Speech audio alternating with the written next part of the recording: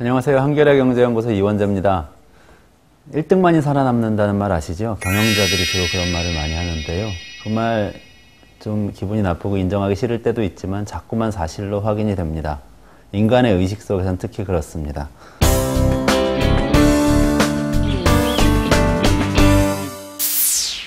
(1등은) 누구나 기억하지만 (2등은) 아무도 기억하지 못하는 경우가 우리 주변에 종종 있습니다.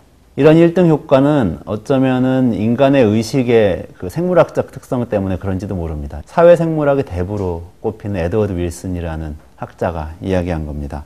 동물 세계를 관찰을 하다 보니까 각인학습이라는 것이 발견됐습니다. 각인학습이라는 것은 조류군집의 행동에서 드러난 것인데요. 오리와 거위 새끼들이 부화한 이후에 누구를 어미로 인식하는지를 관찰을 해봤더니 가장 처음 목격한 동물을 친부모로 인식하는 그런 경향을 보였다. 그런 연구 결과입니다. 생물 전체가 이렇게 첫 번째 경험이라는 게 아주 중요한데요. 젊은이들하고 이야기를 해보면 알 수 있습니다. 모두가 첫사랑은 아주 중요한 경험으로, 재미있는 경험으로 술자리에서 이야기할 정도로 꽃을 피우죠. 그런데 두 번째 사랑에 대해서 그렇게 즐겁게 신나게 이야기하는 거 들어보셨습니까? 우리한테 첫 번째 경험이라는 것은 이렇게 중요한 것이죠. 마케팅의 대부인 잭 트라우트라는 사람이 있는데요. 그 사람은 유명한 저서 포지셔닝에서 이런 얘기를 하기도 했습니다. 결혼이라는 것은 가장 좋은 사람하고 하는 것이라기보다 상대적으로 좋은 사람들 중에서 첫 번째 사람과 하는 것이다. 결론적으로 성공하려면 상대방의 마인드에 최초로 들어가는 것의 중요성을 이해해야 된다. 이런 결론을 이 사람은 내리고 있죠. 비즈니스 거래 관계도 이것과 마찬가지라는 겁니다. 상대적으로 좋은 첫 번째 대상과 거래를 하게 되니까 상대방의 마음에 먼저 들어가는 사람이 돈을 벌게 된다. 이런 이야기입니다.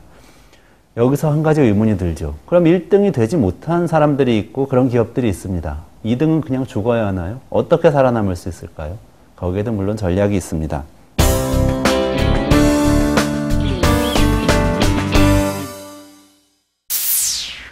첫 번째 전략은 대항마 전략입니다. 미국 렌터카 시장을 보면 이 전략을 알 수가 있는데요. 미국 렌터카 시장에서 허츠가 늘 1위를 차지하고 있었습니다. 그리고 다른 많은 렌터카 회사, 예를 들면 에이비스 같은 회사들은 허츠보다 훨씬 더 뒤에 서서 작은 규모로 사업을 하고 있었고 늘 적자에 허덕이고 있었습니다. 그런데 에이비스가 어느 순간 굉장히 창의적인 마케팅 슬로건을 생각해냈습니다. 우리는 더 열심히 일합니다. We work harder 라는 마케팅 슬로건이었습니다. 그러면서 상황이 반전되게 됩니다. 이 구호가 뜻하는 바는 이런 거였습니다. 우리는 언제나 2등입니다. 하지만 소비자들은 왜 우리를 이용할까요? 우리가 더 열심히 일하기 때문입니다. 자, 1등을 따라잡을 수 없다. 허츠를 따라잡을 수 없다는 것은 스스로 인정을 해버렸습니다. 하지만 1등을 인정함으로써 자신들이 2등이라는 것을 당당하게 밝히면서 1등과 자신들을 연결시킨 게 바로 에이비스의 전략이었습니다. 결국 에이비스는 이 캠페인 이후에 흑자로 돌아섰습니다. 세븐업이 성장하게 된 그 전략도 여기에 있었죠. 코카콜라와 펩시콜라가 음료 시장을 놓고 치열한 경쟁을 벌이고 있었습니다. 다른 음료들은 콜라에 범접조차 할 수가 없었습니다. 여기에 대해서 세븐업은 콜라가 아닌 음료라는 마케팅 슬로건을 개발해냈고요. 이것으로 소비자 마음속에 콜라 다음에는 세븐업이다.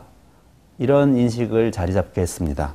버거킹하고 맥도날드에서도 그런 사례가 발견이 됩니다. 버거킹은 더 맛있잖아 라는 슬로건을 개발을 해내죠. It just tastes better. 그러니까 우리가 맥도날드보다 더 많이 팔리는 것은 아니지만 더 맛있는 버거라는 이야기를 하는 것이죠. 그래서 1등과 자신들을 연결시킴으로써 자신들이 대항마라는 것을 부각시킴으로써 그 자신들의 지위를 소비자 마음속에 각인을 시킨 겁니다.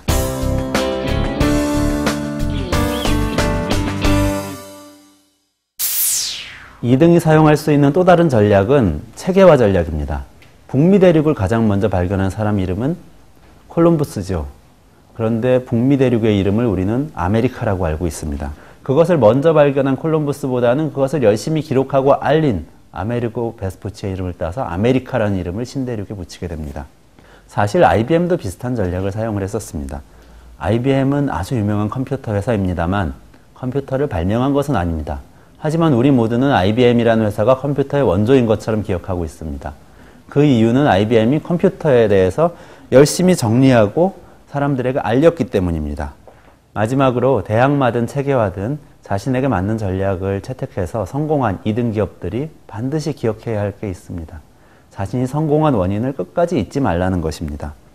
에이비스는 1위가 되려고 합니다. 이런 마케팅 슬로건을 내세우면서 기울기 시작합니다.